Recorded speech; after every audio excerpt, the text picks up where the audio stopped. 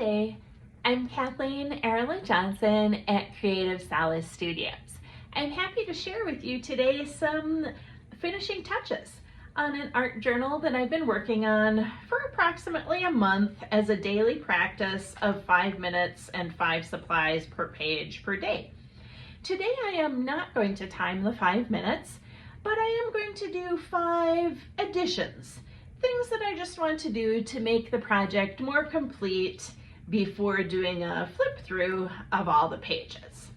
I also did a previous journal that was 5 supplies in 5 minutes. These were demonstrations. The journal that I'm working on right now, these are art lessons where I'm narrating them, I'm verbalizing, teaching what I'm doing through the videos. This previous one has sped up videos, and so they're time-lapsed just to give inspiration and ideas of things to do that you could also do in your art journal pages. So the first thing that I'm going to do today is to go back in, add my signatures and dates. This could have easily been done as I was working on the project. I just didn't do it because I wanted photographs without them in there, and then I didn't go back and do it. There's a variety of pens that you can use for signing your work, whether it's Uniball Signo in black or white, or a Jelly Roll gel pen. The one that I'm going to use the most often in here is the Pigma Micron because it has such a fine tip, fine point to it.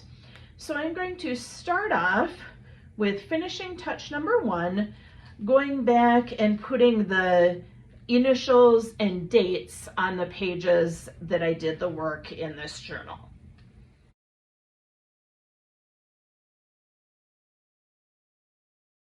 Step number 2 on the finishing touches is to actually touch up on some of the actual artwork. There are a couple pages in here that I know I want to either add something to or fix something on. One of the pages is this one that has the 3 strips on it.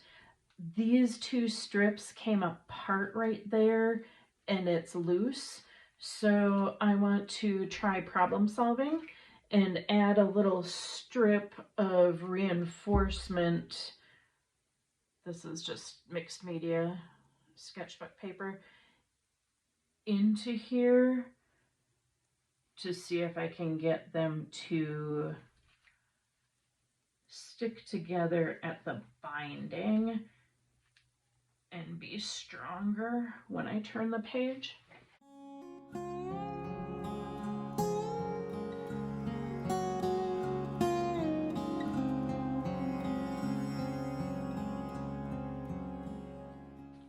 I wasn't sure if I was going to put one in this direction also, but I do want to strengthen it because that can be really weak there, and it will make it turn better and be sturdier.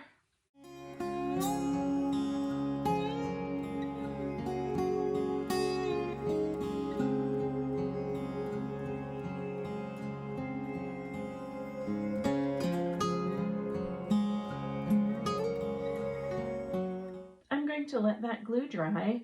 The next thing I want to do on this page is when I tried to sign it, it scratched into the oil pastels rather than writing the signature and date. So I want to add some oil pastel on the top of that.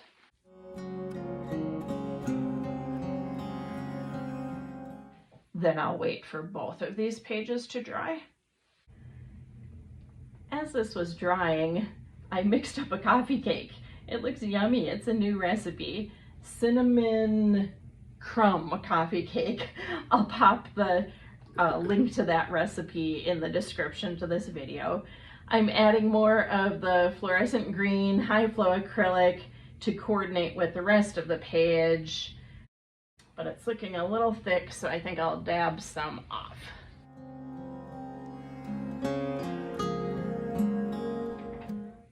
I had to share that the coffee cake is finished. I cut the sugars a little bit and it's really crumbly, but oh, it's yummy. So just letting you know, 2 arts can be made at the same time. art on the art desk and art in the kitchen. All right, so where were we? This is dry and this is sturdier than it was, so I'm pleased with that touch up. The rest of these pages are looking complete. This one already had a touch up and 2 videos on that page until I get to the end here. This is the back inside cover, and there's nothing I need to fix on it. It just looks plain for my taste. So I will do a few things on here. I'll gather some supplies and be right back. So I've decided on a range of Ranger supplies, such as their archival ink pad and their distressed inks with Tim Holtz. I think I'm also going to go with some distress embossing powder by Tim Holtz. I'll decide that later. And I have assembled some rubber stamps. So let's play on this page to make it look more layered and more finished.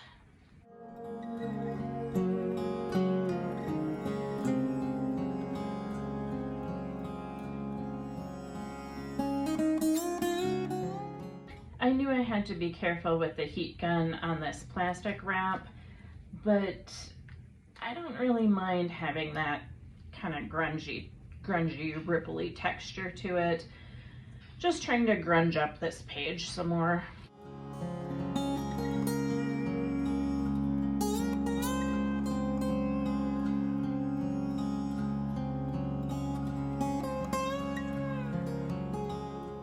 So I think that's enough on this page. When grunging things, you could keep going on, but this looks like it fits in with the rest of the book. Hold on a moment. I found some embossing glitter in a pretty turquoise that also might brighten up this page.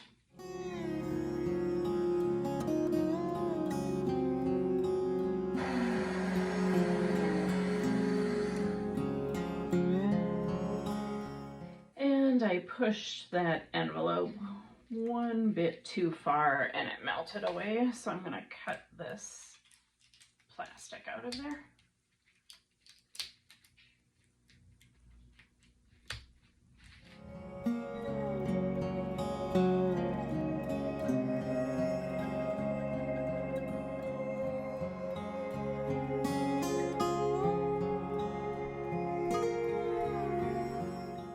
So what I did here to reconstruct the pocket of the envelope is that I took a piece of vellum and I cut it into a triangle, fit it in there, glued it on to the remaining part of the envelope so that it reconstructs the pocket.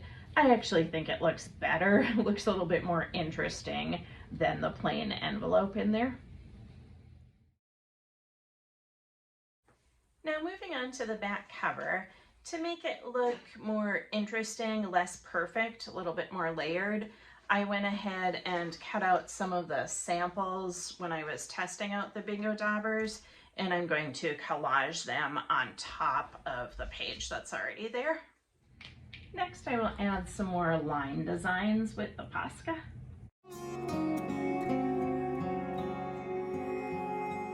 And those are the last things that I'm doing on the actual journal pages during these finishing touches.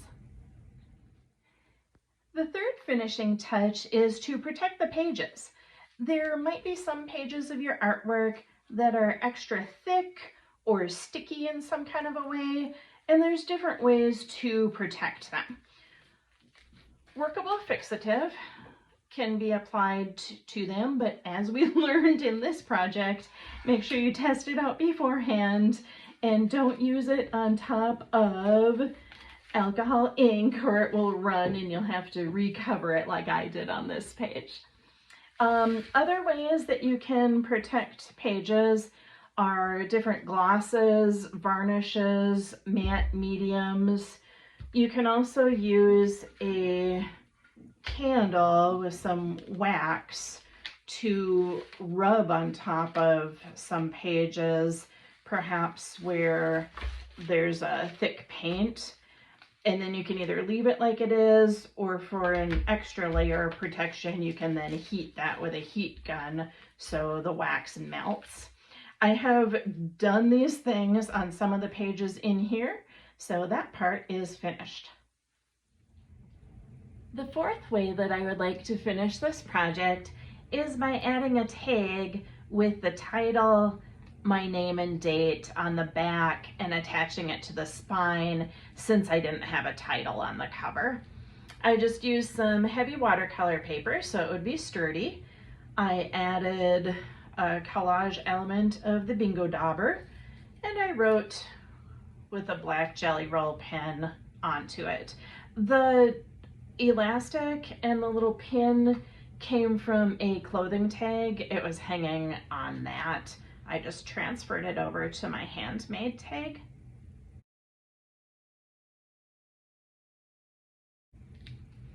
So there we have the title on the project now.